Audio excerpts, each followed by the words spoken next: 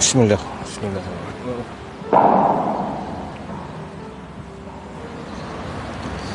Bismillahirrahmanirrahim. Assalamualaikum warahmatullahi wabarakatuh. Innal hamdalillah nahmaduhu wa nasta'inuhu. May yahdihillahu fala mudilla lahu wa may yudlil fala hadiya lahu. Ashhadu an la ilaha illallah wahdahu la syarika lah wa ashhadu anna Muhammadan abduhu wa rasuluh. Allahumma salli wa sallim wa barik wa an'im ala habibina wa nabiyyina wa sayyidina Muhammad wa ala alihi wa ashabihi wattabi'ina wa tabi'ihim bi ihsanin ila yaumiddin. Qala rabbi shrah li sadri wa yassir li amri wahlul 'uqdatan min lisani yafqahu qawli. La haula wa la quwwata illa billahil aliyyil azim. Amma ba'd. Hadirin mukminin, tuan-tuan muslimin dan muslimat, mudah-mudahan dirahmati Allah Subhanahu wa taala. Alhamdulillah, syukur kita kepada Allah Subhanahu wa taala dengan limpah kurnia taufik hidayah kita dapat bertemu pada pagi yang penuh dengan barakah ini. Mudah-mudahan Allah Subhanahu wa taala limpahkan kerahmatannya, kebaikannya dan keampunan kepada kita bersama insya-Allah. Muqaddimah yang saya bacakan awal tadi kita dengar setiap hari. Innal hamdalillah nahmaduhu wa nasta'inuh sampai habis. Setiap hari kita dengar sebahagian daripada para penceramah, khatib dan sebagainya akan menggunakan muqaddimah seperti itu. Tahukah kita bahawa muqaddimah yang kita gunakan itu ada cerita besar yang pernah berlaku kepada seorang sahabat Nabi sallallahu alaihi wasallam yang bernama Dhimat Al-Azdi radhiyallahu taala anhu wa ardah. Sayyiduna Dhimat Al-Azdi, seorang dari kabilah Azad yang berada di ataupun dekat dengan arah Yaman. Apabila bangkitan Nabi sallallahu alaihi wasallam di Mekah, bila cerita tentang ada seorang pemuda bawa risalah, bawa satu agama baru di Mekah, maka dia teringin untuk nak pergi jumpa dengan orang yang bernama Muhammad tersebut. Tujuan dia bukan nak pi untuk nak ikut, tapi nak pi tengok siapa untuk cerita heboh sangat ni.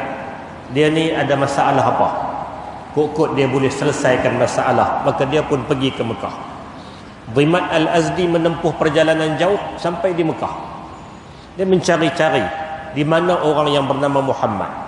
Sebab waktu itu heboh orang kata Muhammad ni tukang sihir, Muhammad ni orang gila, Muhammad ni tukang syair, orang kata macam-macam. Maka dia pun pergi dengan satu tujuan, nak pergi tengok, nak pergi jumpa dengan Muhammad dan nak tengok betul ke dia ni gila. Kalau dia gila, Dhimat adalah tok bomo yang boleh mengubat orang-orang gila. Dan sepanjang sejarah dia mengubat orang, tak ada satu yang gagal, semuanya lega. Maka dia pun cari, dia pergi jumpa. Akhirnya dia bertemu dengan Nabi sallallahu alaihi wasallam. Dia memperkenalkan diri dia sebagai seorang bomoh hebat yang boleh berubat orang. Jumpa Nabi kali pertama, Nabi tak tahu dia siapa, dan dia pun itulah kali pertama tengok muka Nabi, terus bagi tahu, Muhammad, hang Muhammad. Ya. Kalau hang Muhammad, aku ni tok bomoh hebat. Mai aku nak berubat hang.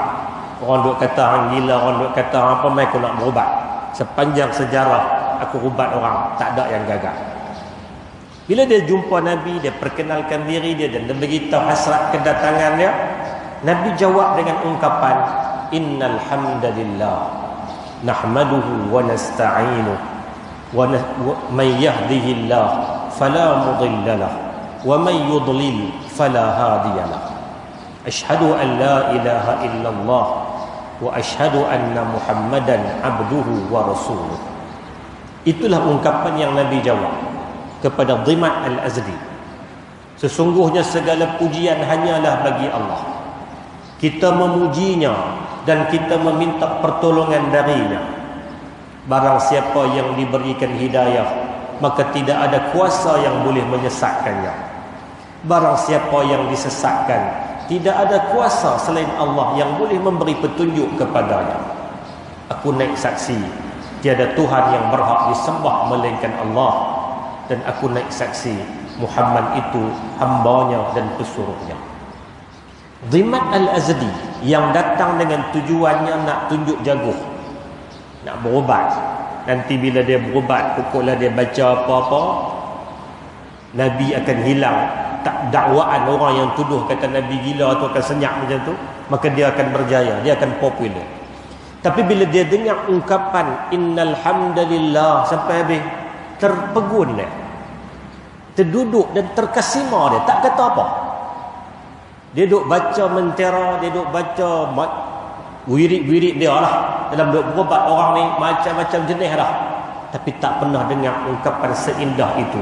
Innal hamdalillah nahmaduhu wa nasta'inuhu man yahdihillah fala mudilla lahu wa man yudlil fala hadiya lahu asyhadu an la ilaha illallah wa asyhadu anna muhammadan abduhu wa rasuluh. Tak pernah dengar dah. Maka dia kata, a'id ya Muhammad. Muhammad, ulang sat. Ulang sat yang baca tadi ni, aku nak dengar. Nabi pun ulang. Nabi ulang sekali, Nabi ulang 2 kali, mencukupkan 3 kali ungkapan yang Nabi sebut tadi. Habis 3 kali Dhimat dengar, kata Dhimat, asyhadu an la ilaha illallah wa annaka rasulullah. Masuk Islam dia dengan ungkapan yang kita ringkas, yang kita dengar setiap hari, kita pun kadang-kadang tak berasa apa, tapi ungkapan itu memberi kesan besar. Masuknya Islam seorang yang bernama Dhimat Al-Azdi radhiyallahu ta'ala anhu wa ardah.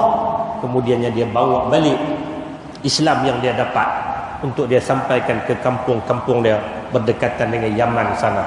Ini satu jasa besar dan satu kisah yang berlaku kepada seorang tokoh, seorang sahabat, di sebalik ungkapan yang kita saban hari mungkin dengar.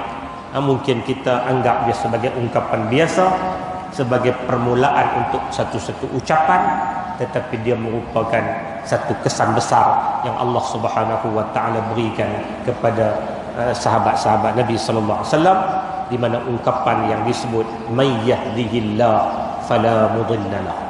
Siapa yang Allah taala nak bagi hidayah, tak ada orang nak boleh halang. Wa may yudlil fala hadiyalah. Siapa yang Allah nak sesatkan, tak ada kuasa yang boleh beri petunjuk melainkan Allah Azza wa Jalla. Mudah-mudahan mukaddimah itu memberikan manfaat pada kita bersama insya-Allah. Hadis pada pagi ini yang kita akan baca daripada kitab 40 hadis Al-Arba'un Al-Malayawiyah ini, kita sampai pada tajuk fi adab at-ta'amul ma'a hayatil julus, iaitulah hadis-hadis yang cerita kepada kita tentang adab dan tata cara untuk kita duduk. Orang yang kata agama ni dia ajak sampai nak duduk pun Nabi beri panduan macam mana kaedah duduk yang menepati sunnah Nabi, dan macam mana duduk yang dilarang oleh Nabi sallallahu alaihi wasallam. Dia bawa kepada kita dalam tajuk ni 3 buah hadis. Yang pertama riwayat dari Sayyiduna Syarid ibn Suwaid radhiyallahu anhu qala marra bi Rasulullah sallallahu alaihi wasallam wa ana jalisun hakaza wa qad wada'tu yadi yusra khalfa dhahri wattaka'tu ala alyati yadi faqala ataq'udu qi'datal maghdubi alaihim. Hadis sahih riwayat dari Abu Dawud. Hadis yang kedua riwayat dari seorang sahabat nama dia Tukhfah ibn Qais Al-Ghifari radhiyallahu anhu annahu qala bainama ana muttaji'un fil masjidi min as-sahari ala batni idza rajulun yuharrikuni bi rijlihi faqala inna hadhihi dij'atun yubghiduha Allah fanazartu fa idza Rasulullah sallallahu alaihi wasallam wa fi riwayah innama hazihi dij'atu ahli nar. Hadis sahih riwayat dari Abu Dawud. Dan yang ketiga dari sahabat bernama Abu Sa'id Al-Khudri radhiyallahu anhu annahu qala naha Rasulullah sallallahu alaihi wasallam an ishtimali as-samma wa an yahtabiya ar-rajulu fi thawbin wahidin laysa ala farjihi minhu syai'. Hadis sahih riwayat dari Al-Bukhari. Jadi 3 hadis yang dibawa yang kesemuanya berstatus sahih. 2 direkodkan oleh Imam Abu Dawud dan 1 direkodkan oleh Imam Al-Bukhari rahimahullahu taala ajma'in. Hadis yang pertama riwayat dari Asy-Syarid Ibn Suwaid. Dia kata, Rasulullah sallallahu alaihi wasallam melintas di hadapanku ketika aku sedang duduk dengan meletakkan tangan kiriku di belakang dengan bertongkatkan lengan kiriku. Maknanya duduk tak tangan sebelah belakang ni, kira macam relax macam tu. Nabi lintas. Bila Nabi lintas depan dia, Nabi terus kata, bila Nabi tengok dia duduk macam tu, kita nak sebut duduk macam mana benda tu, tapi dia terlentang belakang lah lebih kurang tu. Terus Nabi kata, adakah engkau duduk dengan cara yang dimurkai? Nabi tegur dia. Nabi tak sebut kata benda ni tak boleh, tapi Nabi tanya. Nabi kata, hang duduk ni cara yang dimurkai. Terus dia perbetulkan kedudukan dia. Itu hadis yang pertama. Nanti kita tengok huraian dia. Hadis yang kedua, kata Tighfah Ibn Qais Al-Ghifari, aku sedang tidur dalam keadaan menerak dalam masjid pada waktu sebelum subuh.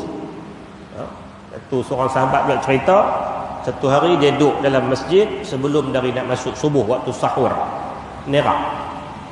Menerak. Bila dia menerak, tiba-tiba dia kata, ada seorang lelaki menguiskan kakinya kepadaku.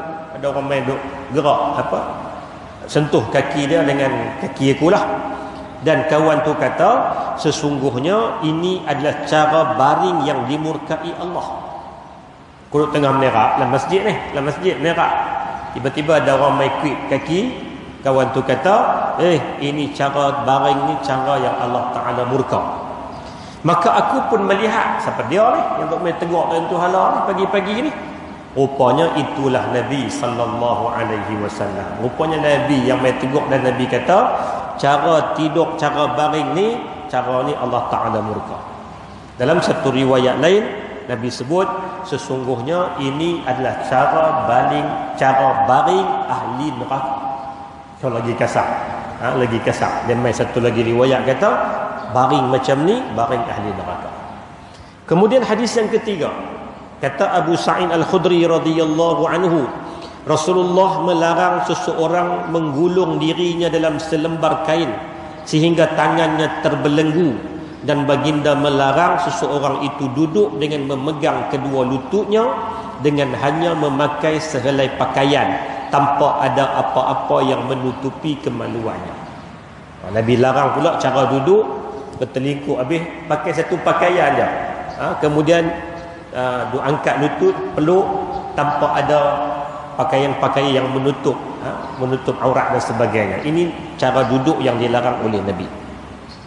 Okey, dari 3 hadis ni kita dapat simpulkan sebenarnya cara duduk ini dia berbeza mengikut adat kaum-kaum tertentu. Hukum asal duduk ni bolehlah, duduklah cara mana yang kita rasa selesa, itu hukum asal. Kerana ini perbuatan harus. Al-aslu fil asya' al-ibahah. Asal kepada sesuatu perkara itu harus. Duduklah macam mana yang nak duduk. Dia rasa nak duduk dengan ngiring belah kanan, ngiring belah kiri, sandak dan sebagainya, duduk, kerana itu berdasarkan kepada adat setempat. Al-adatu muhakkamah, kata kaedah fiqh. Adat itu akan terpakai mengikut tempat masing-masing. Tetapi Nabi SAW telah memberikan satu garis panduan di mana ada cara-cara duduk tertentu yang dilarang. Dan para ulama ketika menghuraikan hadis ini menyatakan larangan kepada cara duduk itu tidaklah sampai ke peringkat haram, tetapi lebih kepada peringkat makruh. Dilarang tu dengan haknya makruh. Kalau dia buat pun tidaklah sampai ke peringkat berdosa besar. Walaupun tadi kita baca hadis tu, teks tu macam ahli neraka macam ni, tapi para ulama sebahagian besarnya kata larangan tadi pada peringkat makruh, pada peringkat tak baguslah. Kalau boleh elak. Kalau boleh elak. Hadirin mukminin sekalian, Nabi sebut tadi yang pertama, orang tu duduk dalam keadaan meletakkan tangan ke belakang dalam masjid. Kan Nabi tegur, duduk macam tu duduk yang tak bagus, duduk yang macam tu duduk yang Allah Ta'ala tak suka.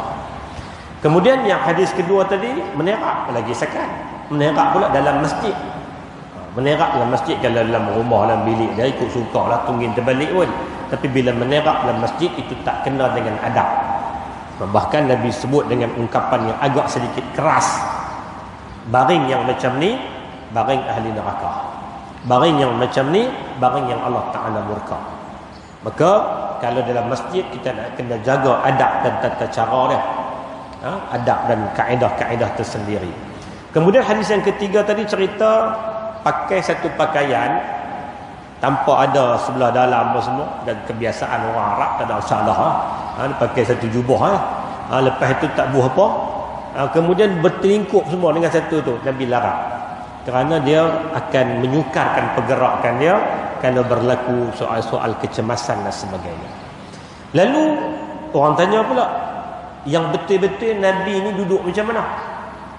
Bila Nabi tak bagi duduk dengan cara terlentang ke belakang, Nabi tak bagi baring menerak, Nabi tak bagi duduk bertelingkup dengan satu helai pakaian dan sebagainya, Nabi ni duduk Nabi macam mana?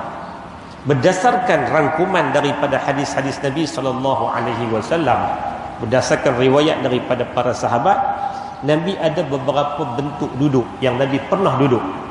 Nabi tak suruh duduk macam ni, tapi Nabi pernah duduk macam tu. Yang pertama, duduk Nabi ni yang biasa adalah tarabbuk.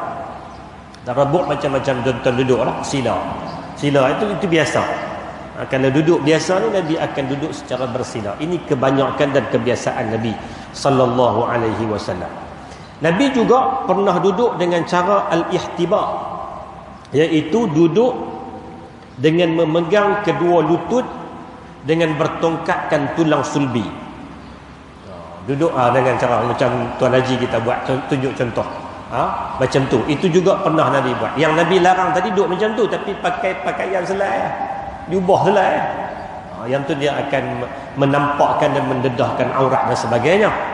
Tapi kalau duduk macam kita pakai, duduk macam tu diharuskan. Orang kita kadang-kadang duduk macam tu, dia rasa pelik, dia rasa macam tak ada adab. Tapi itu pernah dilakukan dan pernah kebiasaan Nabi duduk macam tu. Duduk macam angkat lutut kedua tu dan Nabi genggam ataupun Nabi pegang lutut. Yang ketiga, dalam sebahagian hadis, yang ni kita akan tengok, kita rasa pelik sebab dalam adat kita duduk cara tu tak elok, tapi adat orang Arab itu tak ada masalah. Orang Arab itu tak ada masalah, bahkan dia berlaku biasa.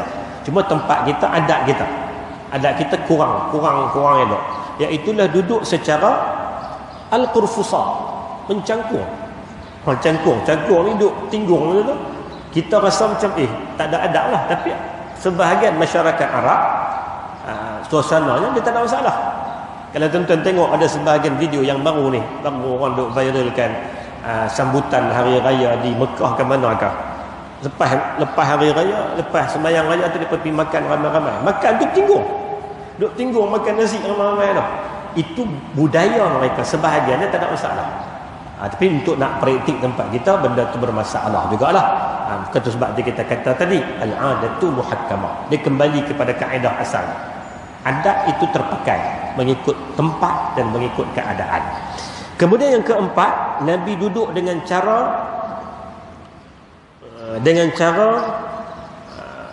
duduk atas tumit. Papan punggung Nabi itu duduk atas tumit dengan pacakkan kaki dan lututnya di tanah. Dan itu juga salah satu daripada kaedah duduk antara dua sujud. Itu juga di antara, kan kita bangkit dari sujud tu tanpa kita melipatkan kaki ke kanan ke kiri, kita duduk atas tumit. Itu juga pernah Nabi SAW duduk. Jadi kesimpulannya, kita tak boleh nak sebut duduk satu-satu cara tu duduk sunnah Nabi dah. Tapi dia kembali kepada kaedah yang kita sebut awal tadi, asal kepada duduk ni adalah harus mengikut kesesuaian dan keadaan tempat itu. Cumanya kita nak sebut juga hadis Nabi tadi, ada beberapa jenis duduk yang Nabi larang kerana sebab-sebab tertentu, terutamanya menerap dalam masjid, duduk dengan cara sandak, terlentang apa semua dalam masjid. Ini semua duduk-duduk yang menghilangkan adab dan juga nilai seorang hamba. Bila kita duduk dalam masjid ni rumah Allah. Dia ada kaedah tersendiri apabila kita duduk di tempat-tempat yang mulia. Hadirin mukminin yang dikasihi dan dirahmati Allah Subhanahu wa taala. Kemudian tajuk yang seterusnya berkaitan dengan fi adab lil julus fi adabil julus lit ta'am. Jadi ini adab ataupun cara duduk secara umum. Hadis yang akan main ni adab duduk ketika nak makan. Ketika nak makan ni macam mana? Adab makanlah. Adab makan. Ada 3 buah hadis. Yang pertama riwayat dari Wahsy ibn Harb radhiyallahu anhu annahum qalu ya Rasulullah inna na'kulu wa la nashba' qala fala'allakum ta'kuluna mutafarriqin qalu na'am qala fajtami'u ala ta'amikum wazkuru ismallahi alayhi yubarak lakum fih. Hadis hasan riwayat dari Ibnu Majah. Yang kedua daripada sahabat nama dia Abdullah bin Busur. Kata Abdullah bin Busur, jaa Rasulullah sallallahu alaihi wasallam ila abi fanazala alaihi faqaddama ilaihi ta'aman fadhakara haisan atahu bih summa atahu bi syarab fashariba fanawala man ala yaminih wa akala tamran faja'ala yulqi an-nawa ala zahri usbu'aihi as-sabbabati wal wusta falamma qama abi fa'akhadha bi lijami dabbatihi faqala ud'u Allah li faqala Allahumma barik lahum fima razaqtahum waghfir lahum warhamhum. Hadis sahih riwayat dari Abu Dawud. Yang ketiga daripada Abdullah bin Abbas anna Nabiy sallallahu alaihi wasallam annahu qala al barakatu tanzilu wasata at-ta'am fakulu min hafatayhi wa la ta'kulu min wasatihi. Rawahu Tirmizi wa qala hadisun hasanun sahih. Jadi ada 3 buah hadis dalam tajuk ni. Yang pertama riwayat dari Wahsy ibn Harb. Wahsy sahabat Nabi. Tuan-tuan kita pernah baca dalam sirah mungkin cerita perang Uhud. Perang Uhud ni perang yang Allah Ta'ala uji orang Islam dengan sedikit kekalahan, dan terbunuh dalam perang Uhud ni ramai di kalangan para sahabat. Antaranya adalah Hamzah bin Abdul Muttalib, pak saudara Nabi yang digelar Sayyidus Syuhada. Siapa yang bunuh Hamzah? Wahsy ni. Yang bunuh Hamzah ni Wahsy. Wahsy ni hamba kulit hitam. Tuan dia nama Umayyah dan tuan dia upah dia untuk dia pergi perang Uhud bunuh Hamzah ya. Kerja dia bunuh Hamzah ya. Akhirnya dia pun balik. Wahsy ni selepas daripada Fathu Makkah dia masuk Islam. Dia masuk Islam. Wahsy ni masuk Islam. Dan dalam riwayat disebut Nabi tak mau tengok muka dia. Bukan sebab Nabi benci kat dia. Dia masuk Islam. Islam ni sifat dia menghapuskan segala kesalahan lampau. Itu Islam. Tapi Nabi tak mau tengok muka dia sebab Nabi bila tengok muka Wahsy, Nabi akan teringat kepada Hamzah, pak saudara Nabi yang sangat Nabi kasihi. Jadi supaya Nabi tak mau memori-memori sedih ni duduk main kerak, Nabi elakkan. Nabi minta Wahsy cuba elakkan berdepan dengan Nabi sallallahu alaihi wasallam. Dan Wahsy okey, tak ada masalah. Dia pun tahu, dia pun sedar tentang satu benda yang dia buat dulu. Itu benda yang melukakan hati Nabi. Jadi Nabi bila minta dia elak tu, dia tak ada rasa apa-apa. Cuma dia bertekad untuk nak tebus kesilapan ketika dia bunuh Hamzah dengan cara dia nak buat sesuatu yang akan menaikkan ataupun akan memenangkan Islam. Dan akhirnya tekadnya itu tercapai apabila Wahsy lah orang yang bertanggungjawab membunuh Musailimah Al-Kazzab. Tuan-tuan pernah dengar nama Musailimah Al-Kazzab, nabi palsu yang dia muncul sebelum daripada Nabi wafat. Tapi selepas dari Nabi wafat ni, dia isytiharkan secara terbuka, kata dia adalah Nabi. Lalu diperangi oleh Abu Bakar dan para sahabat dalam satu peristiwa besar namanya peperangan Yamamah. Terbunuh pada peristiwa itu Musailimah ni, dan orang yang membunuh Musailimah adalah Wahsy, sahabat Nabi sallallahu alaihi wasallam. Jadi kata Wahsy, depa ramai-ramai depa pernah jumpa dengan Nabi. Depa kata, ya Rasulullah, sesungguhnya kami makan namun kami tidak berasa kenyang. Mengadu, para sahabat ni pergi mengadu kat Nabi, ya Rasulullah, kami ni satu masalah, makan. Bukan kata makan tak ada, makan tu ada, makan tiap hari makan, tapi kami ni jenis payah kenyang. Pasal apa? Tanya kepada Nabi. Maka Rasulullah berkata, Nabi tanya balik. Nabi kata, adakah kamu makan secara berasingan? Hampa makan seorang-seorang lah.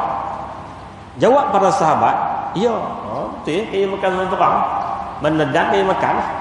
Maka kata Nabi SAW, makanlah bersama-sama dan sebutlah nama Allah sewaktu kamu hendak makan, nescaya makanan kamu akan diberkati. Nabi ajak satu adab, makan ni berjamaah, makan ni secara ramai-ramai. Sebab tu dulu ni dia main satu cara makan dalam talam. Bagus lah tu. Walaupun mungkin kita tak boleh lah nak klasifikasikan talam tu sebagai sunnahnya, tapi makan secara berkumpulan itulah sunnah Nabi.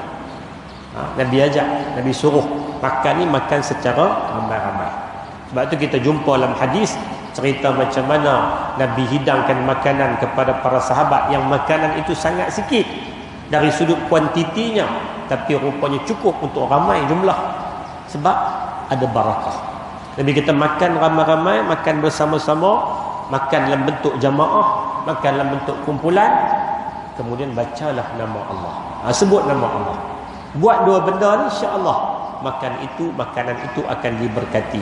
Maka bila berkat, dia akan main lah, rasa kenyang, rasa apa semua tu. Ini makan bila tak ada berkat, makan banyak macam-macam, makan jumlah tu cukup banyak, tapi kenyang tu tak, kerana hilangnya apa yang dipanggil sebagai al-barakah. Kemudian hadis yang kedua, kata Abdullah bin Busur, Rasulullah sallallahu alaihi wasallam telah datang kepada ayahku lalu masuk ke rumahnya untuk berziarah. Satu hari Nabi pergi ziarah sahabat, ayah kepada Abdullah bin Busur, sahabat Nabi. Ayahku menghidangkan kepada baginda makanan yang nama makanan itu hais, satu jenis makanan yang nama dia hais. Tak tahulah bentuk dia macam mana, tapi makanan itu makanan tradisi, dihidangkan kepada Nabi SAW. Dan kemudian membawa kepadanya minuman, bawa makanan, bawa juga minuman. Maka Nabi SAW meminum minuman yang diberikan kepadanya itu dan menghulurkannya kepada orang yang berada di sebelah kanan. Nabi pun bila dihidangkan minuman, Nabi minum, Nabi bagi kat orang belah kanan Nabi. Nabi mulakan bagi itu minuman tu, Nabi edarkan kepada sahabat-sahabat mula dari sebelah kanan. Kemudian baginda memakan kurma dan mengeluarkan biji kurma dari mulutnya ke belakang jari. Apabila baginda bangun untuk berlalu pergi, ayahku turut bangun lalu memegang tali pengikat binatang tunggangan baginda. Lalu berkata kepada baginda, berdoalah kepada Allah bagiku. Bila dah Nabi selesai makan, makan kurma, Nabi makan, Nabi minum air, Nabi pembangkit pi, tuan rumah ni pun iring Nabi sampaikanlah ke kenderaan. Bila Nabi naik atas kenderaan, kata tuan rumah, ayah kepada Abdullah bin Busur ni, ya Rasulullah, doakan kat kami, doakan sesuatu pada kami. Maknanya minta doa dari orang baik ni boleh tak? Boleh, tak ada masalah. Sahabat minta doa dari Nabi. Nabi kata apa? Lalu Nabi berdoa, ya Allah, berkatilah mereka pada apa yang engkau rezekikan kepada mereka, ampunilah mereka dan rahmatilah mereka. Jadi hadis ni dia bawa kepada kita beberapa pengajaran. Yang pertama, adab ketika kita makan. Nabi dia makan tak gelojoh. Dia dihidangkan, dimakan pelan-pelan. Nabi minum, kemudian Nabi dahulukan orang belah kanan dulu. Dan Nabi makan kurma, Nabi makan sebiji-sebiji. Nabi tak polok semua, berapa puluh biji. Nabi makan ni pelan-pelan. Kemudian dalam hadis ini juga ada adab yang diceritakan, adab bila kita bertamu ke rumah orang. Bila kita bertamu ke rumah orang, maka adabnya ialah kita doakan kebaikan kepada tuan rumah. Macam Nabi tadi, Nabi doa kepada tuan rumah Abdullah bin Busur ni. Nabi kata, Allahumma barik lahum fima razaqtahum. Ya Allah, berkatilah dengan apa yang engkau rezekikan pada mereka. Waghfir lahum, ampunilah mereka. Warhamhum, rahmatilah mereka. Kita duk pergi baca doa tu kan, tak mati. Sebab kita duk apa ya, Allahumma ghafir lahum warhamhum. Itu doa bukan untuk orang mati saja. Untuk kita pun kita kena minta doa. Allahumma ghafir lahum, ya Allah, ampunkan mereka, rahmatilah mereka. Untuk orang hidup kan, untuk orang mati tak ada masalah. Jadi itu di antara adabnya dalam kita berdoa. Dan yang ketiga daripada hadis tu boleh juga kita ambil pengajaran, harus untuk kita minta orang-orang saleh berdoa kepada kita. Orang-orang baik kita minta tolong doakan. Kerana doa orang-orang saleh dia mungkin mustajab berbanding dengan doa kita. Tapi bukan bermakna bila kita minta orang doa kita pakai sak je, kita tak doa, tak boleh ke? Kita sendiri kena berdoa. Di samping dalam masa yang sama kita mintalah orang-orang baik, orang-orang saleh untuk berdoa kepada kita. Kemudian hadis yang ketiga, Abdullah bin Abbas kata Nabi SAW bersabda, keberkatan itu turun pada pertengahan makanan. Makanan ni, hidangan kita ni, barakah ni dia ada di tengah. Sebab itu Nabi kata, oleh itu makanlah daripada tepinya dan bukan dari tengahnya. Makan dari sebelah tepi. Makan sikit-sikit, tarik-tarik sampai habis. Sebab kalau pergi ambil yang belah awal, barakah habis awal, habis makanan selepas itu tak ada keberkatan. Itu adab yang Nabi ajak kepada kita. Makanan ni kita kena mula dari arah tepi. Dalam hadis lain, yang riwayat dari Umar ibn Salamah, anak tiri Nabi SAW, Nabi pernah kata kat dia, satu hari dia makan dengan Nabi, hidangan mungkin ada 2-3 jenis hidangan. Bila Nabi tengok dia ni duduk-duduk terus celapak macam nak tunjuk dah budak. Umar ni budak, anak tiri Nabi, anak kepada Ummu Salamah. Nabi kata, ya gulam, sammillah wa kul biyaminik wa kul mimma yalik. Wahai anak, wahai budak, baca nama Allah, baca bismillah dulu nak makan. Wa kul biyaminik, makan dengan tangan kanan. Makan ni kena dengan tangan kanan. Wa kul mimma yalik, makan dengan apa yang dekat. Mulakan dengan yang dekat. Jadi kalau hidangan kat kita ni hidangan seorang, kita mula sebelah tepi dulu. Sebelah tepi sebab barakah ni ada di tengah. Sebab tu makan kalau seboleh mungkin kena bagi habis. Hidangan lah ni, zaman lah ni makan bos sendiri, buffet apa semua. Sebab itulah dia berlaku satu pembaziran pula. Kat doktor ni semua dia makan di rumah terbuka kan, dia buh semua macam-macam, kita tak makan, hilanglah barakah, tak ada. Sedangkan keberkatan itu yang kita nak. Tujuan makan ni bukan nak untuk sedap dan kenyang saja. Tujuan makan ni untuk kita dapatkan barakah. Maka bila dapat barakah, buh patut padat. Kita yakin kita boleh habis, makan sampai habis. Kerana kita tak tahu tang mana, suapan mana yang ada barakah itu. Suapan boleh jadi suapan yang terakhir, boleh jadi suapan yang sebelum akhir. Jadi kalau kita makan tak habis, kemungkinan hak tak habis itulah ada barakah. Jadi kita makan berkat tak ada. Bila tak ada berkat ni, dia tidaklah memberikan satu kesan baik kepada kita. Hadirin mukminin yang dikasihi dan dirahmati Allah. Dalam hadis-hadis juga diceritakan adab ataupun Nabi makan ni menggunakan 3 jari. Nabi makan, biasa Nabi makan menggunakan 3 jari. Iaitulah jari apa ni? Ibu jari, jari telunjuk dan jari tengah ni, jari hantu ni. Orang kita panggil jari hantu. Tak tahulah sebab apa. Ataupun kena buat kuliah khas lah, tajuk pasal apa dia panggil jari hantu. Nabi guna 3 jari ni. Bila kita baca hadis tu, kita nak kena faham dalam konteksnya makanan macam mana. Makanan yang boleh pegang dengan 3 jari lah. Contohnya buah. Contohnya kan zaman Nabi ni kebanyakan makanan makanan yang berbentuk macam tu. Buah kurma, buah apa semua tu, roti, bolehlah dengan 3 jari. Tapi kalau kita duk nasi, kita duk faham kita kena makan dengan 3 jari, tak jenuh. Pakai tak habis ya. Nak cedok macam mana 3 jari ni. Jadi hadis tu kena faham dalam konteks keadaan makanan jenis mana.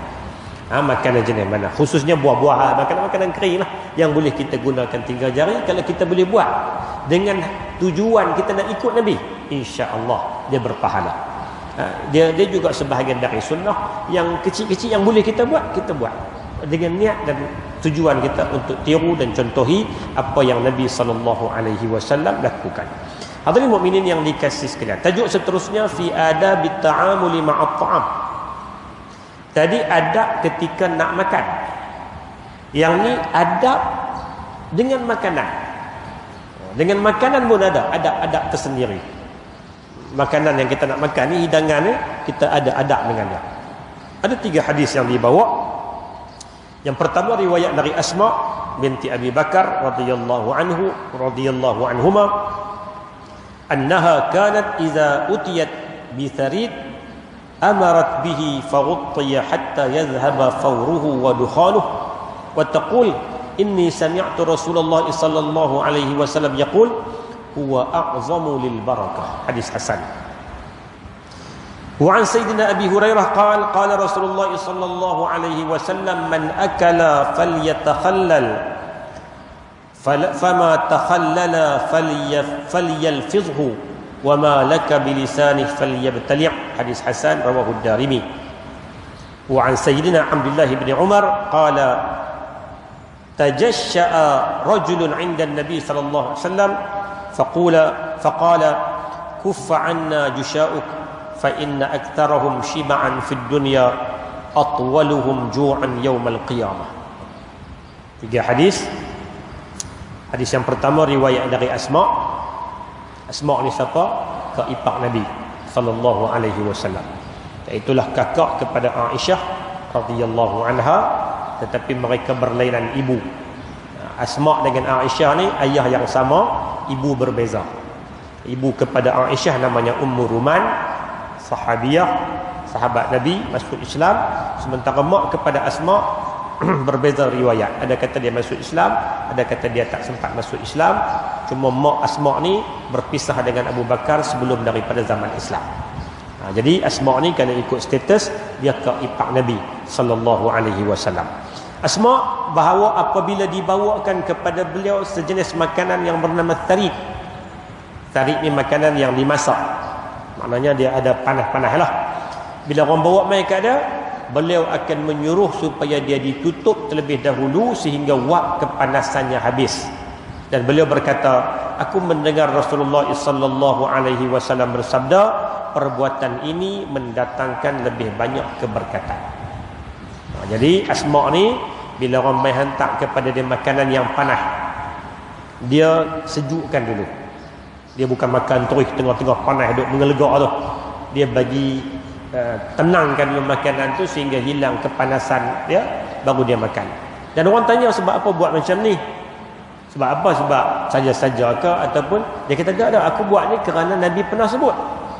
Nabi kata menyejukkan ataupun perbuatan yang macam ni, makna makan tak ketika tak panas, itu akan mendatangkan lebih keberkatan. Lebih keberkatan. Maknanya makan ketika wak panas duduk mai menggelegak sampai kira melecuk lidah-lidah ni, ini satu perbuatan yang tak bagus. Perbuatan yang tak bagus yang dilarang oleh Nabi. Walaupun dia bukanlah sampai ke peringkat haram, tapi benda tu tak bagus, tidak digalakkan. Sebaliknya lebih digalakkan makan makanan yang disejukkan terlebih dahulu. Walaupun taklah sampai sejuk terus, tapi dia tak panas melampau. Ini adab. Dan juga adab dengan makanan ni, bila kita makan, kita tak tiup makanan tu. Makanan panas kita tiup bagi sejuk. Itu juga tak kena dengan adab. Bahkan kita digalakkan bagi tunggu sat, hilang dulu. Sebab tiup ni satu benda yang tak berapa nak bagus. Sebab dia ada dalam beberapa riwayat-riwayat lain, disebut dalam athar, disebut dalam sebahagian riwayat, dia ada tajuk khusus. Seperti dalam Sunan Ad-Darimi, satu tajuk galakkan untuk tidak memakan makanan yang panas, menggelegak, tak digalakkan. Ini ada hadis-hadis yang datang dengan khusus. Kemudian yang kedua, riwayat dari Abu Hurairah. Kata Abu Hurairah, Nabi SAW bersabda, sesiapa yang makan, maka hendaklah dia membersihkan di antara celah-celah giginya. Apa yang dikeluarkan dari celah-celah giginya, hendaklah dia membuangnya. Sekiranya dia mengeluarkan apa yang tersekat di celah-celah giginya dengan menggunakan lidahnya, maka hendaklah dia menelannya. Nampak kita rasa macam benda ni pun ya, sekecil itu pun Nabi ajar. Yang kata kita duk cerita kata lengkapnya Islam sampai bab macam tu ya. Bab tata cara lepas makan ni Nabi suruh colek gigi celah-celah makan. Nabi suruh buat. Tak. Itu sebahagian dari adab dan tata caranya. Nabi kata apa? Buang sisa-sisa makanan. Sebab kita mungkin selepas makan nak ke salat dan sebagainya apa semua, buang. Makna cungkih ke apa ke yang lekat daripada sisa-sisa makanan yang tertinggal. Dan itu sebahagian daripada adab yang diajar oleh Nabi SAW.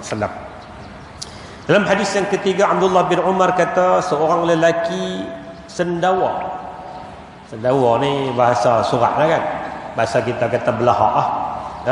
Di hadapan Rasulullah. Maka kenyang depan Nabi. Maka bila Nabi tengok tindakan sahabat ni, Nabi terus bersabda, tahanlah, yakni sembunyikan suara sendawamu daripada kami dengan tanganmu. Nabi kata kalau nak belahak, elakkan daripada belahak depan orang. Paling kurang tutuplah mulut tu. Sesungguhnya, ni satu peringatan dari Nabi. Sesungguhnya orang yang paling kerap kenyang di antara kalian di dunia adalah orang yang paling lama lapaknya di hari kiamat. Jadi kita jangan duk buat panggil duk pergi belahak depan orang ni. Kenyang di dunia ni paling kenyang, maknanya makan sampai kenyang. Belahak ni bila dia main hak melampau lah kan. Kenyang ni, orang ni akan berhadapan dengan situasi yang agak lama lah nanti di akhirat. Iyalah bila dah makan banyak, siasat pun nak kena banyak nanti. Tak kena tanyalah orang makan ni makan mana sumber apa. Jadi panjang. Jadi dia akan berada dalam situasi yang lama dan sukar di hari kiamat kelak. Hadis ni bukan bermakna tak boleh nak belahak, boleh. Cuma Nabi ajak adab tu. Adab, jangan duk pi sampai tunjuk sangat. Tunjuk sangat depan orang, dan itu tak kena dengan tata cara dan kaedah yang diajar oleh Islam. Hadirin mukminin sekalian, ada satu tambahan. Imam An-Nawawi rahimahullah ketika mensyarahkan hadis ni, dan Imam Ibn Hajar ketika mensyarahkan hadis ni, dia bawa pandangan Imam An-Nawawi. Kan Imam Ibn Hajar ada kitab besar syarah hadis Bukhari namanya Fathul Bari. Bila dia syarahkan hadis-hadis dalam adab makan ni, dia bawa satu ungkapan daripada Imam An-Nawawi. Kata Imam Nawawi dalam menghuraikan adab makan, min adabit ta'amil mutaakkadati alla yu'aba ka qawlihi malihun hamidun qalilul milhi ghalizun raqiqun ghairu nadijin wa ghairu zalik. Kata Imam Nawawi rahimahullah, di antara adab makanan yang ditekankan adalah tidak mengaibkan makanan dengan memberi komen. Sebagai contoh, makanan ni masin dengan nada yang nak kata lah, nak condemn. Kalau pergi habaq kat isteri dia, masin sikit, kena tak apalah. Ini condemn makan tu dengan tujuan nak condemn makanan tu. Makanan ni masin, masam, kurang masin, pekat, cair, tidak masak atau sebagainya. Ini contoh-contoh yang dibawa oleh Imam Nawawi. Mana ungkapan-ungkapan condemn makanan, mengaibkan makanan, itu tak boleh, dilarang. Sebab tu dalam hadis dia apa? Nabi tak pernah mengaibkan makanan. Apa yang Nabi suka, Nabi makan. Apa yang Nabi tak suka, Nabi tak makan. Cakap tu ya. Kalau Nabi tak suka, Nabi kata tak, Nabi tak suka, tak makan. Hadis popular cerita tentang Khalid ibn Al-Walid radhiyallahu anhu. Bila dia menghidangkan sejenis makanannya, dak yang dipanggang. Dak. Kalau dalam kamus lama diterjemah, biawak padang pasir. Walaupun dha' ni bukan biawak sebenarnya, dia dha', dia halal. Tapi dia terjemahlah untuk nak bagi faham sebab bentuk dia lebih kurang. Pernah dihidangkan kat Nabi. Nabi tanya, ni apa? Dia sahabat kata, ni daging dha' lah. Nabi suruh makan tapi Nabi tak makan. Takkan tu ya? Nabi tak makan sebab Nabi mungkin tak kenal, mungkin tak suka dengan makan tu.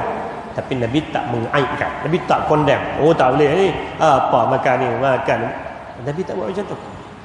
Jadi di antara adab yang Imam Nawawi kata perlu ditekankan juga apabila kita makan, khususnya bila kita pergi bertamu ke rumah orang, janganlah condemn dan janganlah mengaibkan makanan. Walaupun dia mungkin hidang untuk makanan, pada kita lah kita rasa tak sedap ni.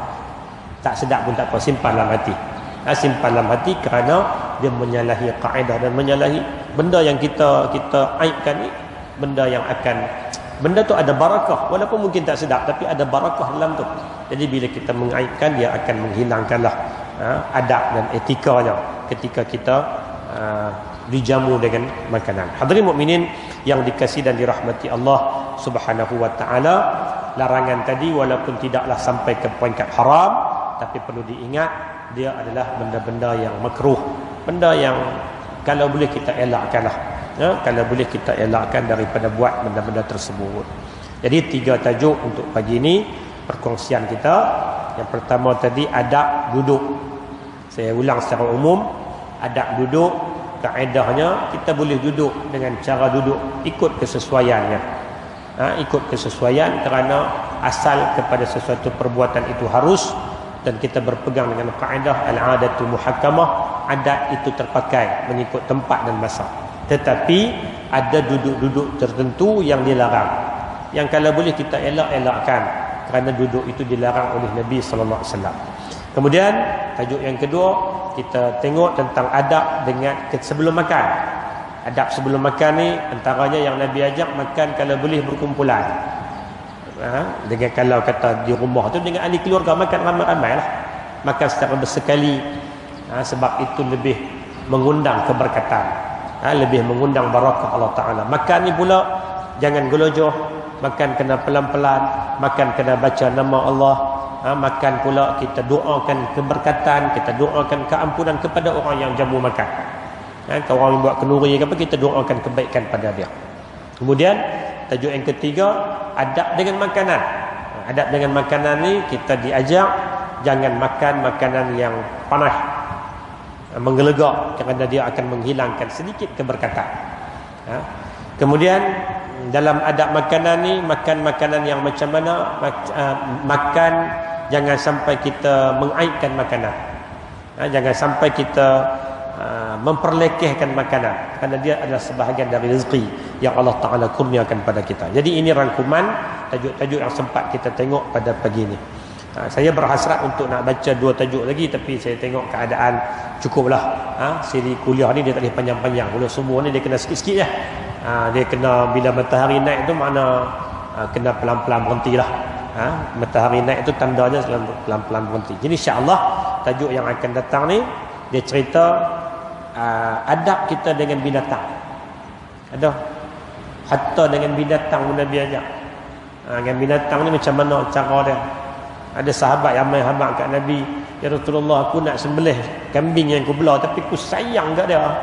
Aku sayang sungguh kalau aku sembelih ni, tapi aku nak kena sembelih sebab nak makan dia. Nabi kata, siapa yang sembelih, siapa yang sayang kat binatang, Allah sayang kat dia. Siapa yang sayang kat binatang, Allah sayang kat dia. Sampai ke peringkat yang macam tu Nabi ajak interaksi kita dengan binatang. InsyaAllah tajuk-tajuk tu akan kita tengok dalam pertemuan yang akan datang jika diizinkan oleh Allah Subhanahu wa taala. Mudah-mudahan apa yang kita kongsi sama sikit pada pagi ini memberikan kebaikan dan pengajaran pada kita bersama, insya-Allah, yang baik dari Allah Subhanahu wa taala. Salah silap saya mohon ampun dari Allah, mohon maaf dari tuan-tuan sekalian. A'udzubillahi minasyaitonirrajim. Bismillahirrahmanirrahim. Allahumma inna nas'aluka khaira hadzal yawm, fatahahu wa nurahu wa barakatahu wa hudah. Allahumma inna nas'aluka al-huda wat-tuqa wal-'afafa wal-ghina. Allahumma inna nas'aluka al-jannah wa ma qarraba ilayha min qawlin aw 'amal, wa na'udzu bika minan nar wa ma qarraba ilayha min qawlin aw 'amal. Allahumma astur 'uyubana wa 'uyubal mu'allimina 'anna ولا تذهب بركة علومهم عنا برحمتك يا أرحم الراحمين. ربنا آتنا في الدنيا حسنة وفي الآخرة حسنة وقنا عذاب النار. وصلى الله على نبينا محمد وعلى آله وصحبه وسلم والحمد لله رب العالمين. أقول قولي هذا وأستغفر الله العظيم لي ولكم. والسلام عليكم ورحمة الله وبركاته.